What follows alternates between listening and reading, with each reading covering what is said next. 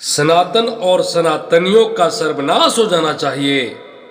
सनातन धर्म dengue, malaria और corona जैसा है जिसका समूल नाश होना जरूरी है।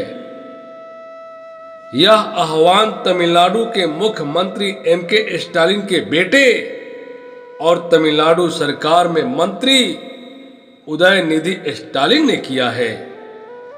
यह बयान अपने आप में अत्यंत ही घटिया, पीड़ादायक और मन को उद्वेलित करने वाला है, झकझोर देने वाला है। इस पर बहुसंख्यक हिंदुओं की तरफ से कोई जन आंदोलन और विद्रोह का न होना यह दर्शाता है कि उन्होंने जिस सनातन धर्म के खात्मे का ऐलान किया है, वास्तव में वह धर्म कितना उदार है, सहिष्णु है और महान है। आदरणीय स्टालिन जी, आपकी राजनीति और आपके पंथ में मुझे कोई दिलचस्पी नहीं है। आप तो जीसस को मानते हैं ना, खुद को प्राउड क्रिश्चियन कहते हैं। अच्छी बात है, आपके क्रिश्चियन धर्म के प्रति मेरी पूरी आदर व सम्मान है।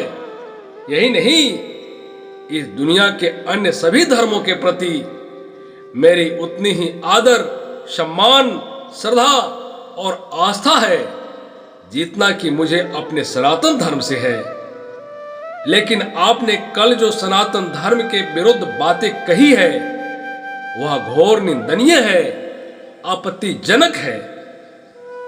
आपने सनातन की तुलना मलेरिया, डेंगू और कोरोना से करके अपनी विकृत और नफरत वाली सोच को ही उजागर किया है।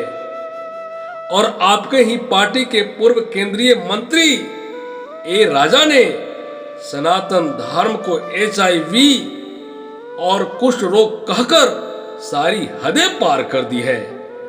वही ए राजा जो DMK सरकार में मंत्री थे और 2G घोटाले में जेल भी गए थे। जो काम मुगल और अंग्रेज नहीं कर पाए वह काम करने का बीड़ा आपने उठा लिया है। आपको ऐसी राजनीति करने पर लज्जा नहीं आती? ऐसी बातें कहने पर शर्म नहीं आती? अगर लज्जा और शर्म नहीं आती तो यह आपके संस्कार और संस्कृति का दोष है। आपकी पूरी राजनीति नफरत और फोड़ डालो राज करो पर आधारित है। इसके लिए मैं क्या कर सकता हूं, लेकिन सनातन क्या है आज मैं आपको बताता हूं। ध्यान से सुनिए। जिसमें गिरती है सभी नदियां वो सिंधु है हम। सारी दुनिया को वतन कहते हैं, वह हिंदू है हम। आप कहते हैं कि सनातन दूसरे धर्म पर अटैक करता है, हमला करता है, बांटता है। भाई साहब, सनातन वो है जो अपनी मातृभूमि से ठुकराए हुए यहूदियों और पारसियों को अपने घर में शरण दी। सनातन वो है जो 7 समुंदर पार लोगों को सिस्टर एंड ब्रदर्स कहकर बुलाता है। सनातन वह है जो ईश्वर को मानने वाले ऋषियों को भी गले लगाता है और ईश्वर को न मानने वाले चरवाक को भी ऋषि की उपाधि से विभूषित करता है। सनातन दुनिया का अकेला धर्म है जो ईश्वर की अवधारणा स्त्री रूप में भी करता है और यत्र नार्यस्तु पूजन्ते रमन्ते तत्र देवता का गीत गाता है। हम सनातनी हैं। हमने दान दिया तो हम राजा हरिश्चंद्र और महारथी दानवीर कर्ण कहलाए। हमने ज्ञानार्जन किया तो महात्मा बुद्ध और महावीर कहलाए। हमने त्याग किया तो इस संसार ने हमें मर्यादा पुरुषोत्तम राम कहकर पूजा और हमें अपना आदर्श माना। लेकिन जब हमारी संस्कृति का अपमान हुआ तो हमें अपनी शिखा खोलते हुए भी देर नहीं लगी और हम विश्व गुरु चाणक्य कहलाए। हम वही सनातनी हैं जहां स्वयं साक्षात भगवान के रूप में हमारा कन्हैया माखन चुरा कर खाता है और मां के हाथों मार खाता है। और उसकी अंगुलियों में वो जादू है।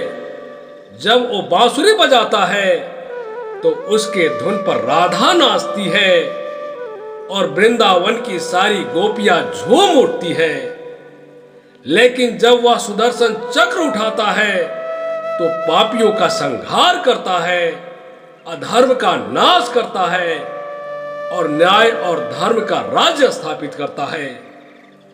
हम सनातनी स्वाभिमान से इतने स्वाभिमानी हैं कि जिसने हमसे छीनने का असभ्य प्रयास किया तो हमने महाभारत लड़े, और जो प्रेम से मांगे तो अंगूठा भी हमने दान किया।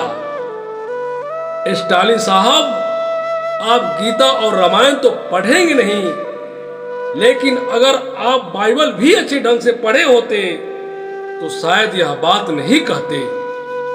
एक ईश्वर का सिद्धांत जिस पर आपका क्रिश्चियन धर्म टिका हुआ है वह भी सनातन से ही आता है।